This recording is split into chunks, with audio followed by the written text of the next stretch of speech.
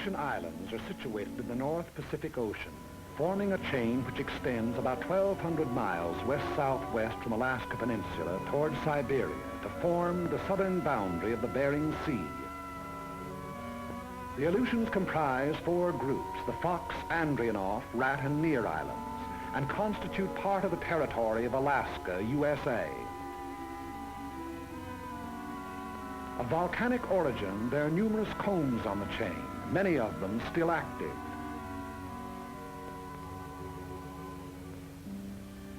The coasts are rocky and surf-worn, rising immediately from the water in steep, bold mountains.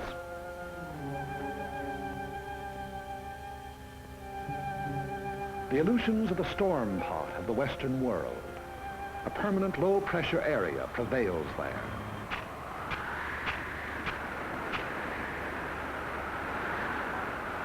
Cold air masses from the polar regions flow with a shearing effect against the warm, moisture-laden air masses over the Japanese current to form cyclonic disturbances.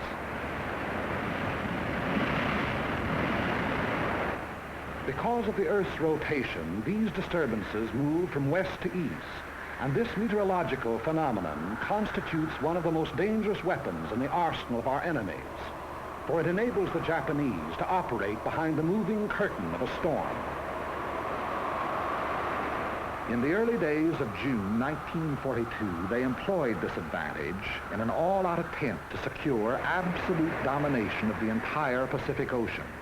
Behind eastward moving storms, they dispatched 2 invasion fleets against 2 widely separated objectives, Midway Island and Dutch Harbor, an operation designed to break the American line of sea defense upon which the security of the Pacific coast depends.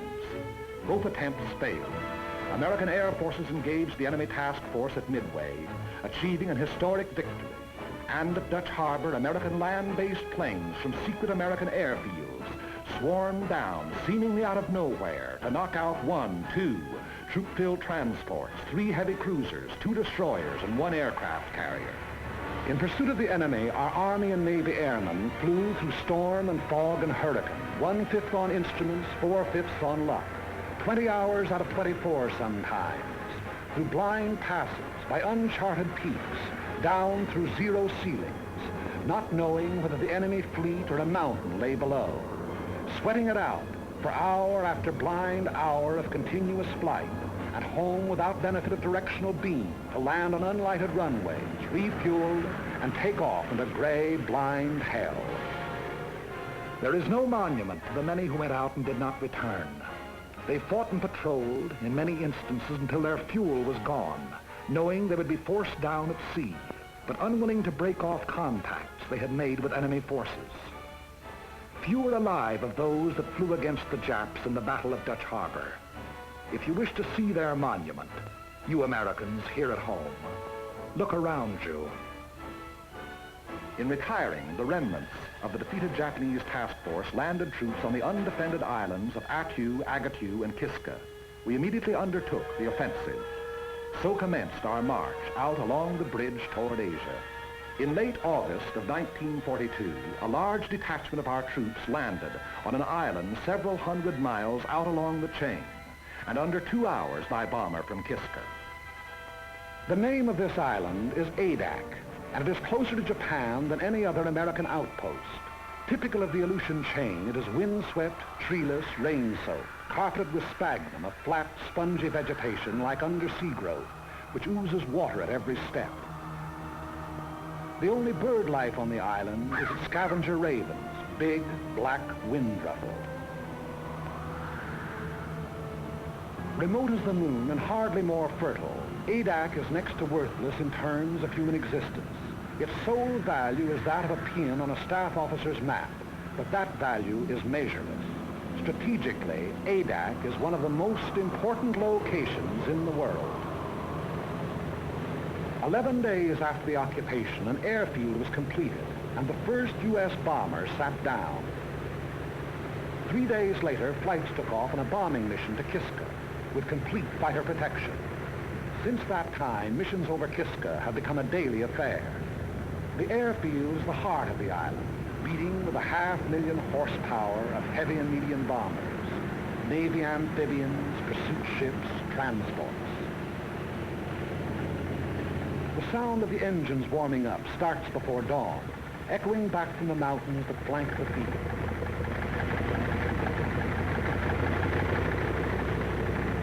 Every day, weather permitting, the bombers take off on at least one mission.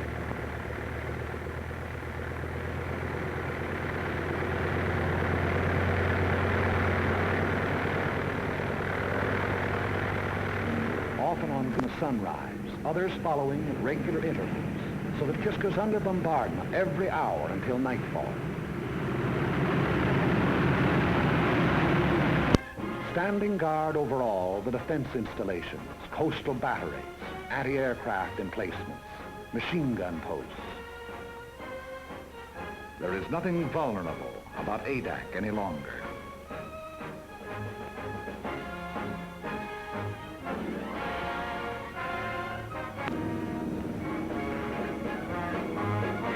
PT boats, those seagoing-in fighters, stand by in readiness for a surprise landing attempt. Offshore, destroyers keep endless vigil, slipping like ghosts through the fogs, challenging each hull-down speck of an approaching vessel on the horizon, listening with their undersea ears for the beat of an engine, scanning the seas with a plume of a periscope, standing rugged duty in the Bering patrol, or slipping into port on the flank of a convoy. Although the sea lanes to Adak are constantly traveled by convoys, and contact with enemy submarines is a daily occurrence, sinkings in these waters have been few and far between. Contact with an enemy submarine may continue on and off for hours, during which the undersea craft maneuvers for position to attack, venturing within the radius of the convoy's undersea detectors, only to crash dive, then kill engines and lie silent on the bottom as our destroyers bear down and release depth charges.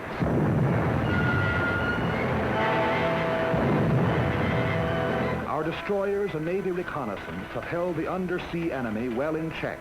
The flow of men, munitions, and supplies flows ceaselessly on. The task of furnishing every American expeditionary force with the materials needed in carrying the fight to the enemy falls to the Army Service Forces. ASF is the bloodstream of our whole military body, maintaining its every organ and muscle. Adak presents a special problem, as the barren island furnishes nothing toward human needs save drinking water. Everything else must be brought here. Food, fuel for men and motors, machinery, munitions, shelter material. Raise these basic requirements to the nth power. Add parts and replacements for everything from Caterpillar tractors to can openers, plus the operations of estimating, purchasing, assembling, transporting, delivering, and it becomes apparent why the job of supplying a military force is now dignified by a $12 word like logistics.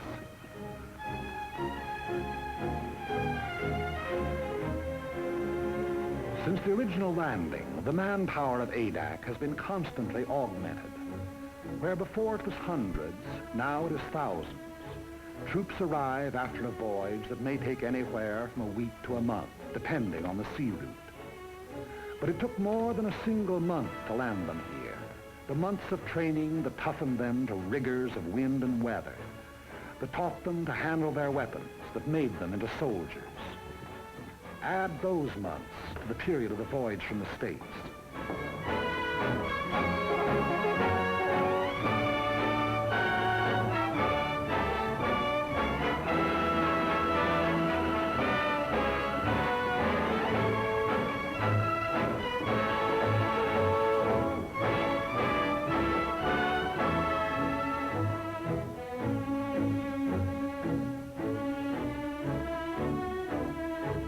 On Adak, down-eastern accents mixed with Texas drawls and Middle Western twangs and Brooklynese. Bookkeepers, grocery clerks, college men, and dirt farmers.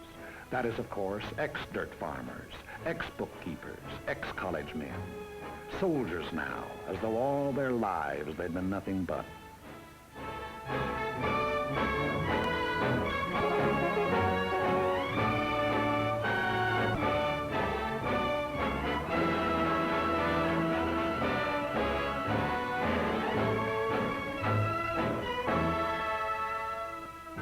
Orders for the day, special orders and news appear on the bulletin board. Since newspapers and magazines are usually from a month to 3 months out of date, these radioed news flashes are the only means by which the soldier knows what's going on outside.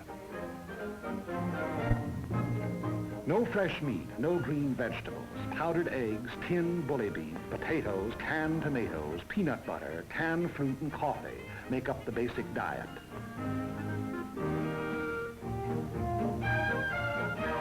And biscuits, barrels full of biscuits. Appetites are huge. Officers and men attend the same mess. As often as not, an officer doesn't display the insignia of his rank. The salute is reserved for rare occasions. The discipline does not suffer. Customary military formality is relaxed, plain, simple necessity taking its place.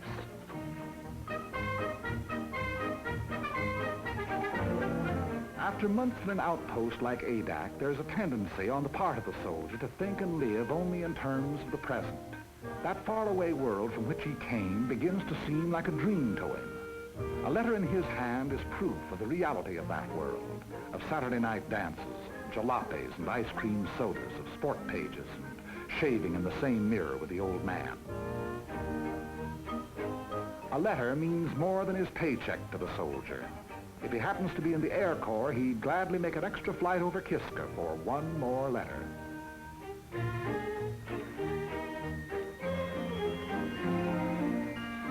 No moving pictures, no stage door canteens or USO, no girls, pretty or otherwise.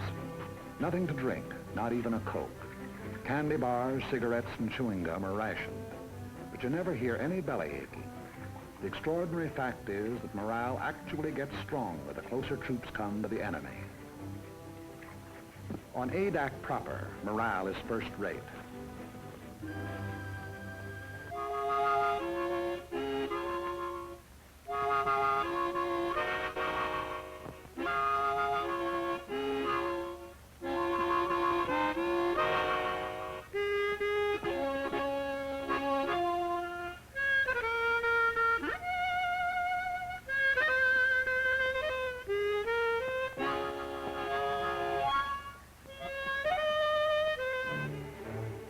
The site of the airfield was originally a shallow tidal lagoon. Army engineers diked up its inlet and drained off its waters by means of a channel to the sea. It was their resourcefulness in exploiting a natural formation which made possible the completion of the field in 10 days and 11 nights, for the work never ceased. Bulldozers shifted thousands of tons of the lava ash which composed the bed of the lagoon. Not a new gain to the Corps that built the Panama Canal.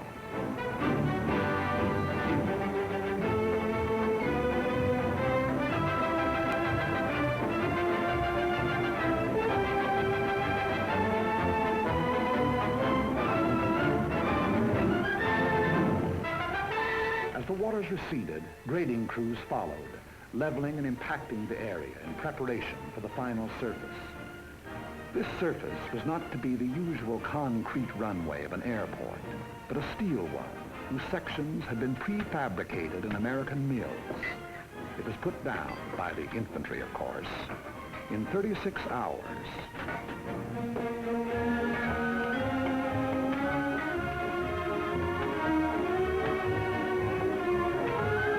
A 1.5 million square feet of it.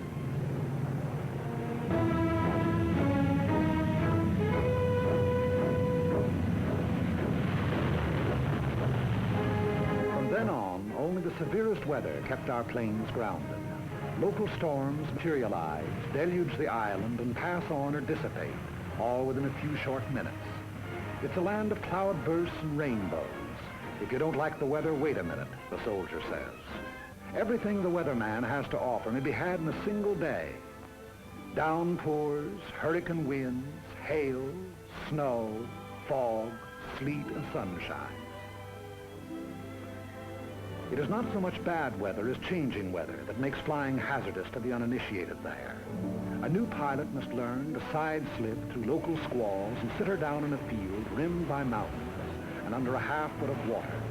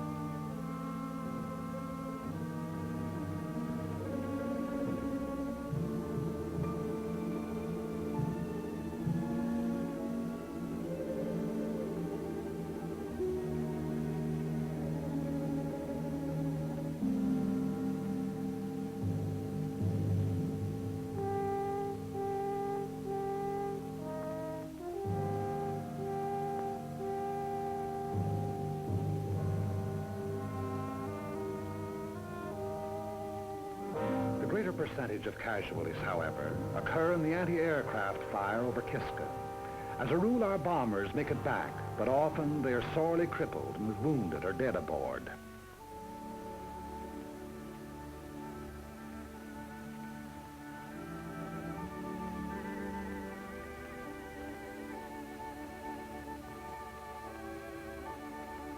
In my father's house are many mansions. If it were not so, I would have told you. I go to prepare a place for you, and if I go and prepare a place for you, I will come again and receive you unto myself. And where I am, there ye may be also. And whither I go ye know, and the way ye know.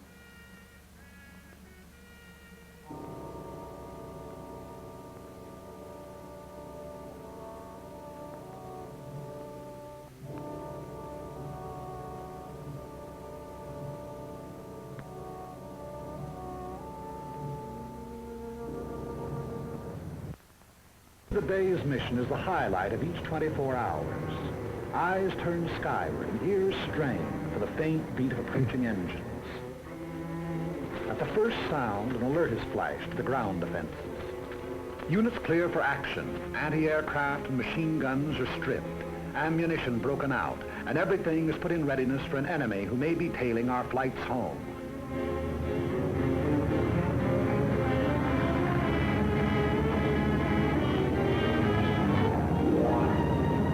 Bombers went out, and 6 are coming back.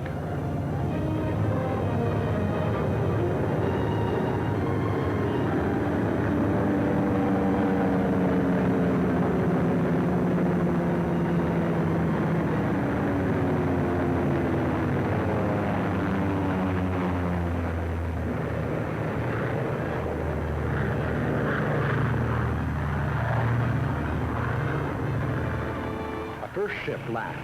The remainder circle the field, another coming to Earth each time around. Those damaged or with wounded aboard taking priority. It's a revelation how much punishment one of these big bombers can take and still navigate.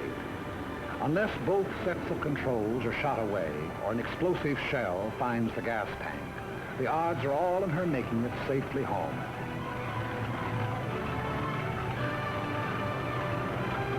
Anyone who's been over will tell you that the most wonderful ride in the world is the ride back from Kiska. No matter if 2 engines have conked out and daylight is pouring through the wings, there's just something about the scenery on the way home.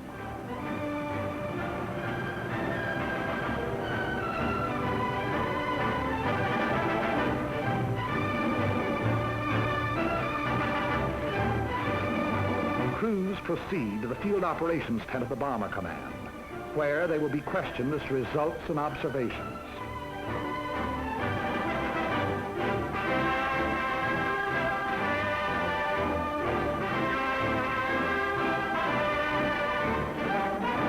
Their jigsaw reports taken singly are compared and cross-checked until a complete and accurate record of the operation has been assembled.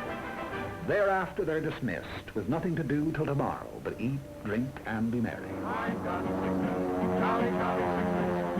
got sixpence to last me all my life. I've got 2pence to spend and 2pence to lend and 2pence to send home to my wife. No cares have I to grieve me, no pretty little girls to deceive me. I'm as happy as a king, believe me, as we go rolling home. Rolling home, rolling home, rolling home, rolling home, by the light of the silvery moon. Happy is the day when the airman gets his pay, as we go rolling home. But Adak's tomorrow begins today with a directive from Adak Island. A photographic ship accompanies missions to Kiska. It's tasked to follow the bombers over their target, recording the immediate results of the bombardment, also enemy defense activities, new installations, camouflage. These photographs are studied by specialist interpreters and submitted with General and his staff officers, Colonel William Prince and Colonel C.M. McCorkle.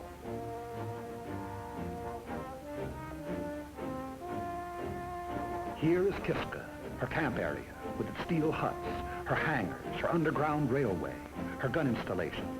Kiska, one of the hottest spots on the Earth, or above.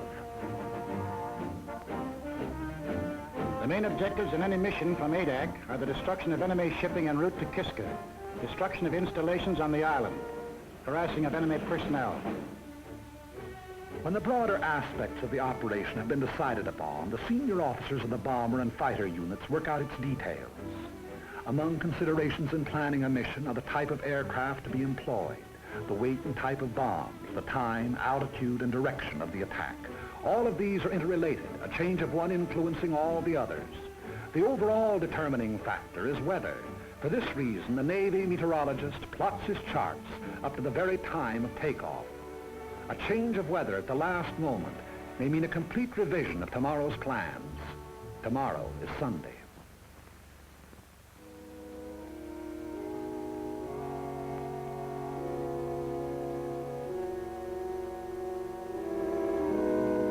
At their outposts on the island, Catholic, Protestant, and Jewish chaplains, not priests, ministers, or rabbis, but chaplains, all, are leading fighting men in their devotions.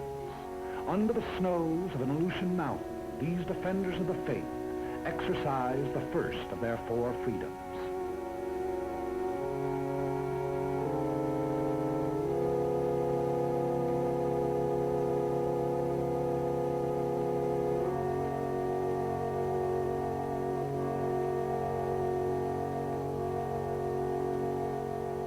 But so far as the business of war is concerned, Sunday on Adak is like any other day.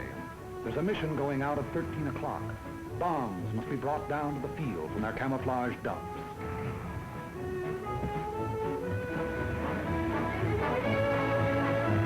A heavy bomber carries either 16 250-pounders, 12 500-pounders, or 8 1,000-pounders. The size of the bomb to be employed depends upon the nature of the target. Since if the target is small, there's a better chance of hitting it with a salvo of 250-pounders than with a single large bomb. On the other hand, in congested areas, such as the campsite at Kiska, a blockbuster comes into its own. Tail fins and fuses are put on directly before the assembled bomb is hoisted into the bomb bay. When the time comes, bombs can be released either individually, in sticks, or in salvos. Belts of ammunition are brought to machine guns and threaded into receivers ready for firing. The rounds are put onto the belts in successions of threes, red-tip tracers, yellow incendiaries, and black regulations. Each moving part of each gun has been tended with watchmaker's care, and every belt of ammunition is cleaned, oiled, and checked before the takeoff.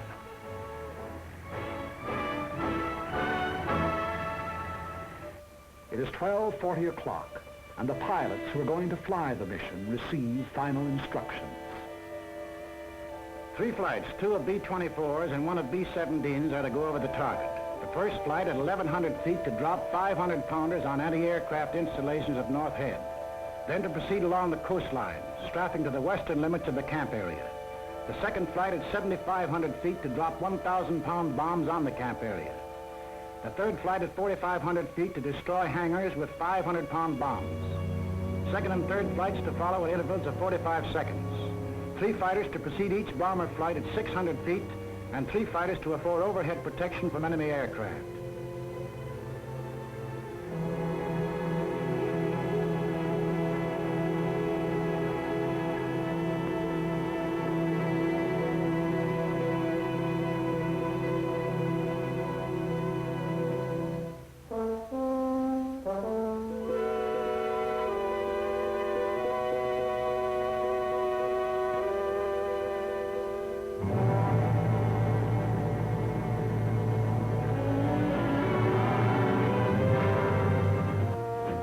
Crews begin to assemble around the ships, awaiting the appearance of their officers. A bomber crew is a team, and the longer it's together, the better the teamwork. Theirs is a mutual responsibility. The safety of the ship and the lives of all the others may depend on any single member. Trust, respect are implicit in such a relationship if it is to endure. Maybe in the beginning you don't like the color of a guy's hair, but if he's all there at his job, you'll get to like it fine. Enlisted men eat, sleep, fly together. Their voices on the intercom become familiar, easy to understand, when understanding is vital. Every gunner knows the quality of every other's marksmanship and courage. The navigator can plot a 1,000-mile course over open sea and make a landfall. 8 men can testify.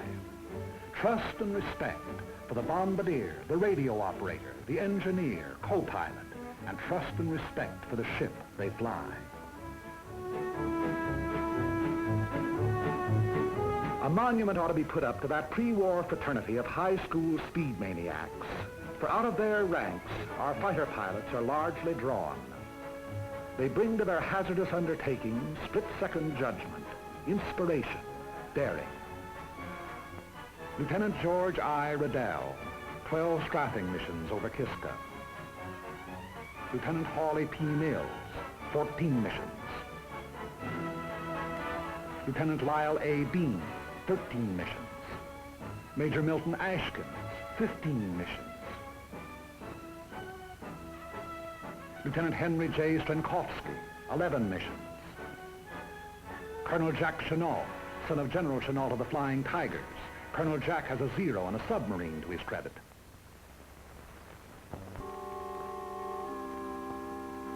A last-minute weather observation is made. The word is given to go. It's good luck and over the hill.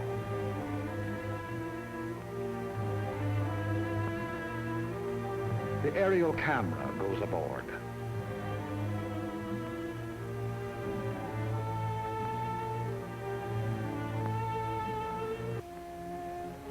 The bomber pilot informs his crew of the exact part their ship is to play in the mission. Your bomber pilot is of a different breed to your fighter. Where the fighter is reckless and inspired, the bomber pilot is responsible, determined. Because of the size and imponderability of his ship, there are no last-moment decisions for him. And besides the big, intricate, costly piece of machinery that a heavy bomber is, he has the lives of 6 or 8 others to think about. 100 men, 9 bombers, 12 fighters, are setting out to attack and immobilize 10,000 men behind naval and military defenses. This is the significance of aerial supremacy. But behind this supremacy lies the enormous system which makes it possible for the ships to take off. ASF, Naval Convoy, Army Air Transport, the Corps of Engineers, Army and Navy Intelligence, Signal Corps, Ordnance, and Ground Forces. These have done their part for today. The stage is set.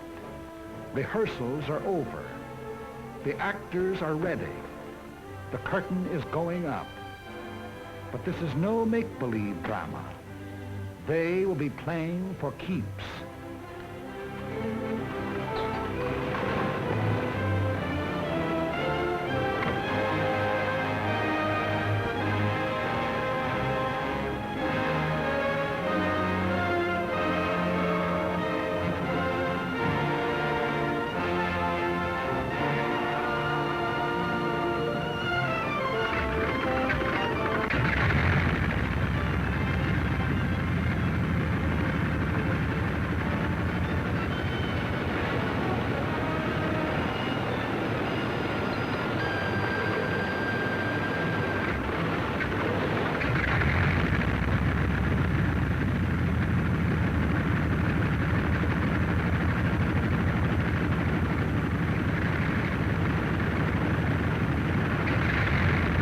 Colonel William O. Erickson, who sat the first bomber down on Adak and led the original mission over Kiska.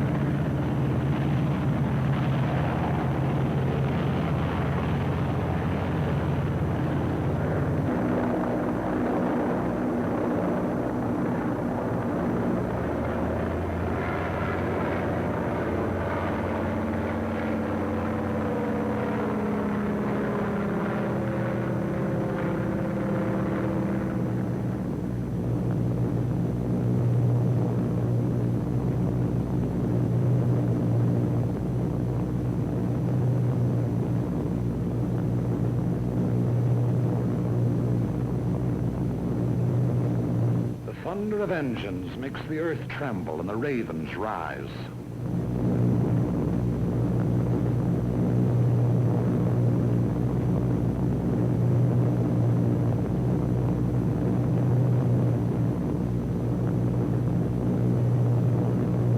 The echelon proceeds toward Kiska. It's about an hour and 3/4 from Adak to Kiska. One of the most hotly defended of enemy-held areas, Kiska is also one of the most strongly fortified. The Japs have dug in like so many moles. An estimated force of 10,000 goes underground at the sound of our approaching engines. We cannot, by air attack, hope to annihilate. We can only harass the force on Kiska, cripple the island's defenses, keep the enemy from adding to its resources, while we build our own fighting strength to the day and the hour when we shall undertake a landing operation.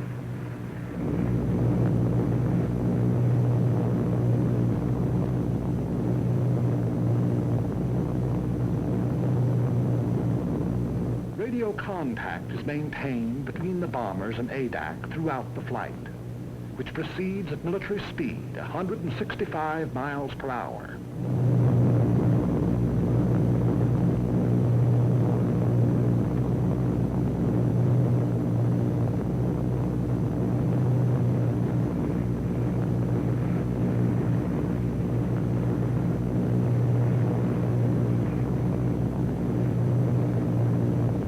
During the first part of the journey, the waist guns are swung into position, turret mechanisms tested, and trial rounds fired.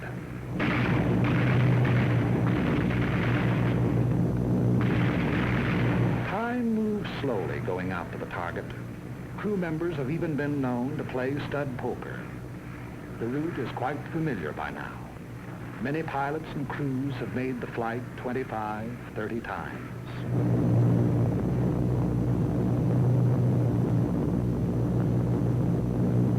Along about the time Amchitka is sighted, they begin to look out for enemy planes. The men whose regular job it is say no matter how often a fellow's gone over, he always feels funny up there over Kiska.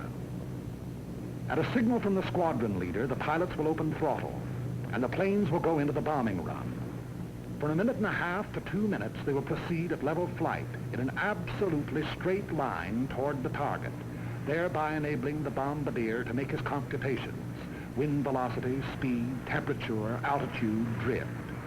There can be no deviation whatever in the flights if the bombs are to find the target. 10 miles and 3 minutes from the objective. Before Kiska Volcano, the mission deploys, each flight going to its designated altitude in preparation for the run. The enemy will endeavor to throw the flights off their runs, and to this he will bring all his firepower to bear. The earth below will blaze with hatred. Our ships will heave and rock in the Adak. Machine gun bullets may make a filigree of their wings. High explosives may open up holes big enough for a man to crawl through.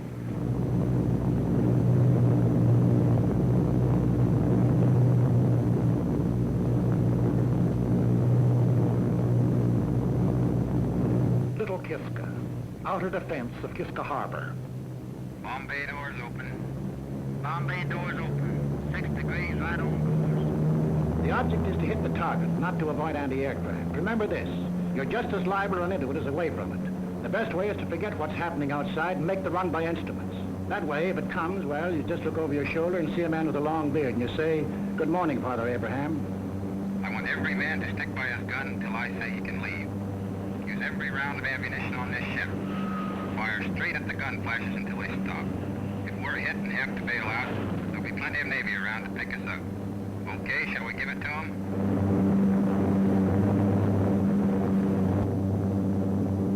Kiska.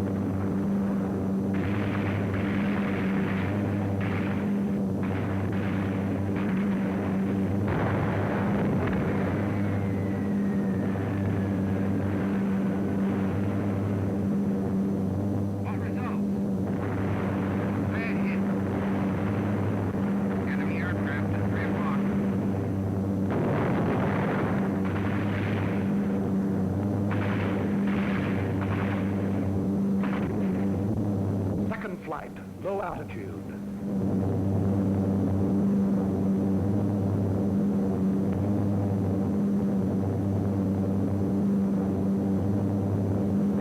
Once again over lightly.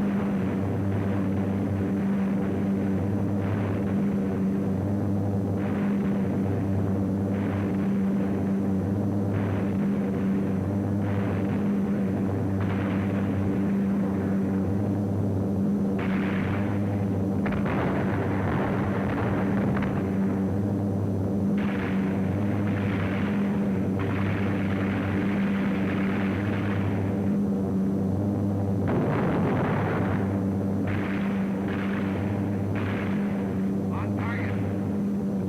Let him have.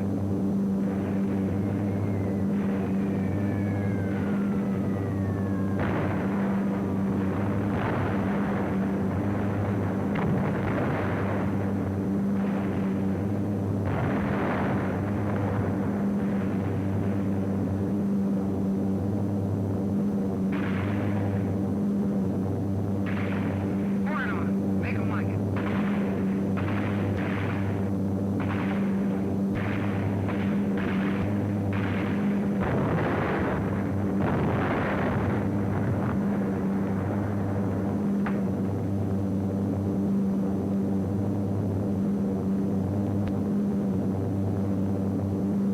Third flight at 4,500 feet.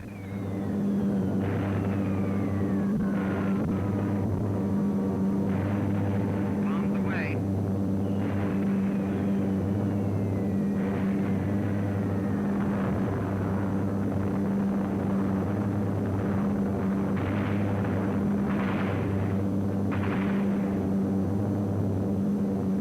Here it goes.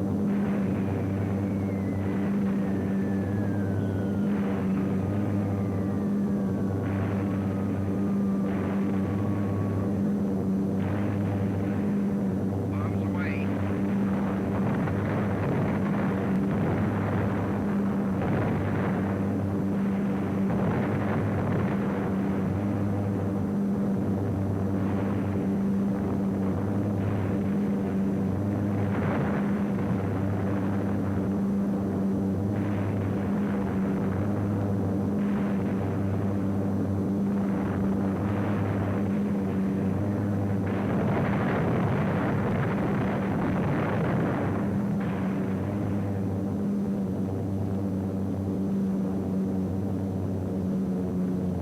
Check in, two, gunner. Okay. Waist gunner. Okay. Radio man. Okay. Top turret. I got a slug in warm, but I'm okay. Gully turret. Okay. Nose. Okay. Kiska's hangars are destroyed, burning. Our bombs found the target. 9 bombers came out, and 9 are going home.